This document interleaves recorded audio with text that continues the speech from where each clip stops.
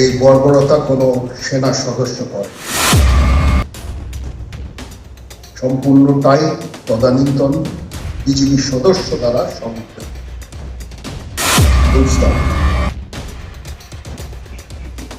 এখানে কোনো ইফ এবং বাট নাই। এই বিচারিক প্রক্রিয়াকে নষ্ট করবেন না। এই জিনিসটাকে ভিন্ন খাতে প্রবাহিত করার চেষ্টা করছে, সেটা আমাদের জন্য মঙ্গলজনক হবে না। আজকে যদি আমার যে উপদেশ আমি কিছু দিয়ে যাব, সেটা যদি আপনারা গ্রহণ করেন, আপনারা লাভবান হবেন।